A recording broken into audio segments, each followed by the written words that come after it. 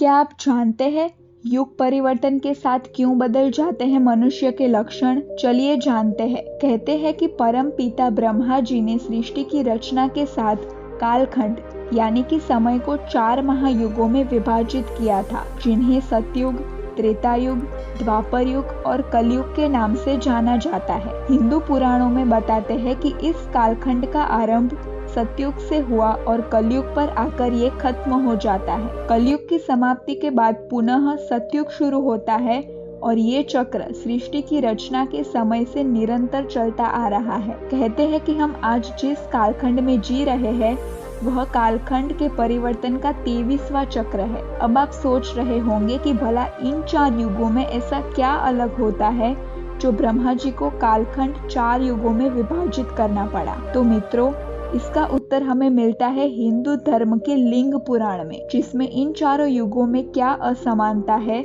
वह विस्तार से बताया गया है और ये भी बताया है कि कैसे युग बदलाव से मनुष्य के लक्षणों में भी परिवर्तन आता है। आज हम आपको इस वीडियो में विस्तार से बताएंगे। वीडियो पूरा देखिएगा।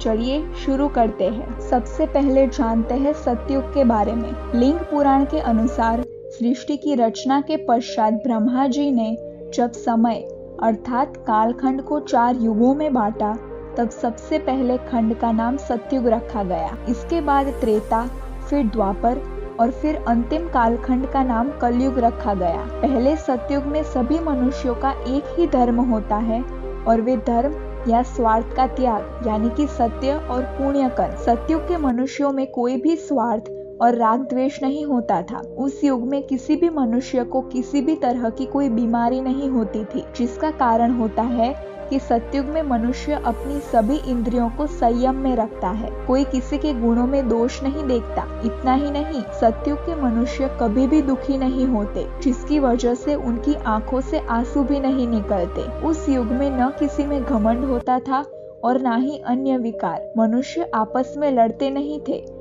और सभी प्रेम से रहते थे। इस ग्रंथ में आगे बताया गया है कि सतयुग के मनुष्य की सबसे बड़ी खासियत सत्य का आचरण हुआ करती थी। वे न तो किसी से द्वेष रखते थे, न ही किसी से ईर्ष्या और न ही कोई एक दूसरे से बलवान समझता था। सतयुग में सभी मनुष्य अपने अपने कर्तव्यों का पालन करते हैं। सतयुग में सभी वर्णों के मनुष्य परब्रह्म परमात्मा के उद्देश्य से सभी अनुष्ठान कर सकते हैं। इस युग के सभी मनुष्यों का अधिकतर समय धर्म कर्म करने में ही व्यतीत होता है। सब लोग परमात्मा के ही नाम का जाप और उन्हीं की सेवा पूजा किया करते हैं। इस युग में स्त्री और पुरुष में कोई भेदभाव किया नहीं जाता। सभी वर्णों के लोगों को शिक्षा, शस्त्र कला आदि क्षेत्रों में समान अवसर दिए जाते हैं। स्त्रियां विवाह के बाद अपने पत्नी धर्म का निष्ठा से पालन करती है और हमेशा पति की सेवा में लगी रहती है। बच्चे भी अपने माता पिता का कहा मानते हैं और बुढ़ापे में उनकी खूब सारी सेवा किया करते हैं। सतयुग के लोग समय समय पर किए जाने वाले आश्रम संबंधी सत्कर्म का अनुष्ठान करके कर्मफल की कामना और आसक्ति न होने के कारण परम गति प्राप्त कर लेते हैं। पुराणों की माने तो इस युग में मनुष्य की लंबाई 32 फुट हुआ करती थी और मनुष्य अपनी इच्छा अनुसार अपना शरीर त्याग कर सकते थे। मित्रों, सतयुग की काल अवधि 17,28,000 वर्ष बताई जाती है और जब ये काल अवधि समाप्त होती है तो नया युग यानी कि कालखंड का दूसरा युग त्रेता युग आरंभ होता है।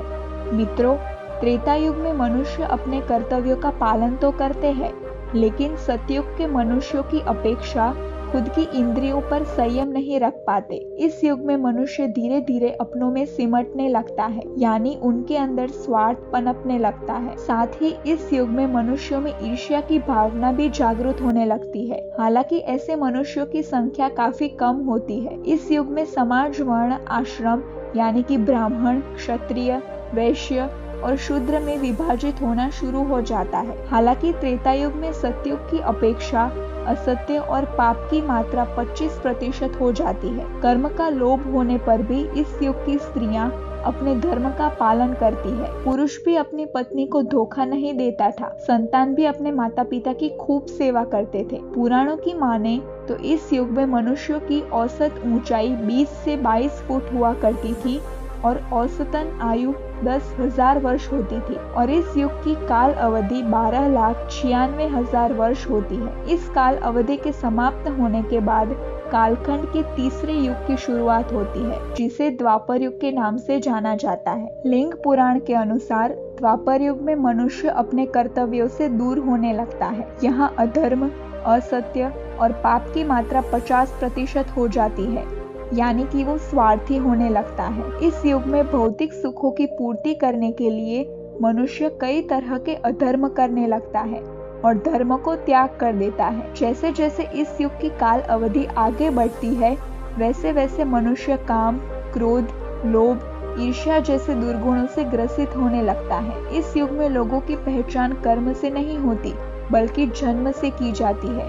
अर्थात इस युग में ब्राह्मण का बेटा ब्राह्मण, क्षत्रिय का बेटा क्षत्रिय, वैश्य की संतान वैश्य और शूद्र की संतानें शूद्र ही कहलाती है। सतयुग की तरह इस युग में शूद्रों को वेद पढ़ने की आजादी नहीं मिलती और न ही क्षत्रियों की तरह शस्त्र चलाने। अर्थात द्वापर युग में समाज पूर्णतः जातियों में बढ़ जाता है। लोगों को दूसरों के साथ साथ अपनों से भी ईर्ष्या होने लगती है। द्वापर युग का मनुष्य स्त्रियों को अपनी संपत्ति समझने लगता है। इस युग का मनुष्य अपनी इंद्रियों पर संयम नहीं रख पाता, जिस वजह से समाज में कई तरह के अधर्म होने लगते हैं। स्त्रियों की इज्जत के साथ खेला जाता है और संतान भी अपने माँ बाप की आज्ञा का पालन नहीं करती।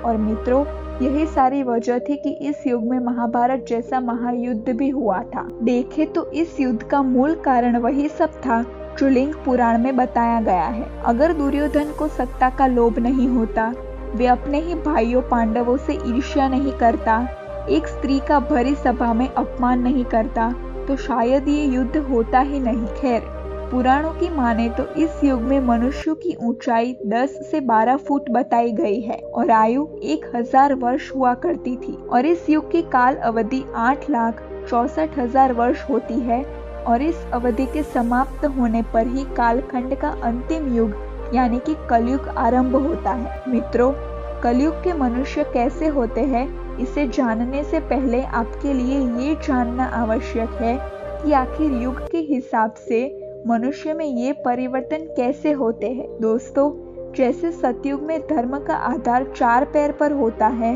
जो त्रेता में 3 पैर वाला, द्वापर में 2 पैर वाला और कलयुग में धर्म सिर्फ 1 पैर वाला रह जाता है। धर्म के लुप्त होने के कारण मनुष्यों की प्रवृत्ति में भी बदलाव होने लगता है, जिनकी वजह से मनुष्यों में युग के हिसाब से काम, कलेश, शरीर रोग तथा पाप बढ़ने लगता है। इसी अनुपात में वेद शास्त्रों को मनुष्य त्याग करने लगता है और अंतिम कालखंड यानी कि जब कलयुग होता है तो अधर्म, असत्य और पाप की मात्रा 75% हो जाती है। कलयुग में मनुष्य और तपस्वियों का वध करने लगते, सभी अपने कर्तव्यों से मुंह मोड़ लेते हैं। जैसे कि ब्राह्मण वेद पढ़ना छोड़ देते हैं, क्षत्रिय प्रजा की रक्षा नहीं करते, लोग गर्भ में ही लड़कियों को मार देते हैं, जिसे पुराण में भी भ्रूण हत्या कहा गया है। इस युग में चोर प्रवृत्ति के लोग प्रजा पर शासन करते हैं और उसे ही लूटते हैं। इस युग में लोग तप और यज्ञ के फल को भी बेच डालते हैं। कलयुग की स्त्री हो या पुरुष, कोई भी अपने धर्म का पालन नहीं करता। इस युग में स्त्रियों का सम्मान ना के बराबर रह जाता है। काम,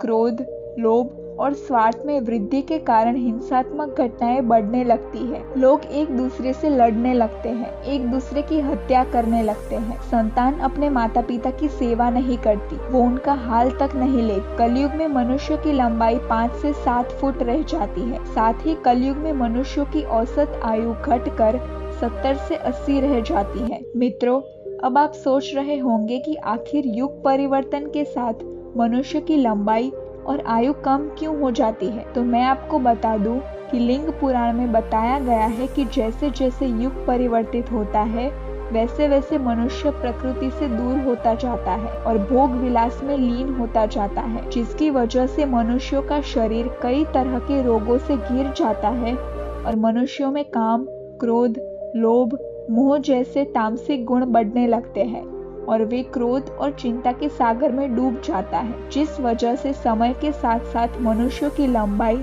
और आयु कम होने लगती है। इस पुराण में कलयुग की अवधि को 4,32,000 वर्ष बताया गया है और जब ये अवधि समाप्त होती है तो सृष्टि के एक नए चक्र का आरंभ होता है और एक बार पुनः सतयुग आरंभ होता है। चारों युगों में कलयुग को वैसे तो सबसे श्रापित युग बताया गया है, इसीलिए किसी को कलयुग की एक सबसे बड़ी खासियत या उपलब्धि नहीं दिखाई देती। दोस्तों, वह खासियत ये है कि कलयुग में सिर्फ एक दिन किया हुआ धर्म कार्य सतयुग में 10 वर्ष, त्रेता युग में 1 वर्ष और द्वापर में 1 महीने किए गए धर्म के बराबर होता है। और इसीलिए इस कलयुग में सच्चे दिल से, सच्ची श्रद्धा से किया गया धर्म कार्य या हरि का नाम स्मरण या मंत्र जाप मात्र करने से ही मनुष्यों का उद्धार हो जाता है। दोस्तों, हमारे ग्रंथों में बताए गए इस रहस्य को जानकर आप भी ईश्वर नाम का स्मरण शुरू कर लीजिए, अवश्य आपका भी उद्धार हो जाएगा। दोस्तों, इस प्रकार हमारे पुराणों की प्राचीन महत्वपूर्ण बातें जानने के लिए हमारे चैनल फैक्ट्स विद हिस्ट्री को सब्सक्राइब कीजिए। धन्यवाद।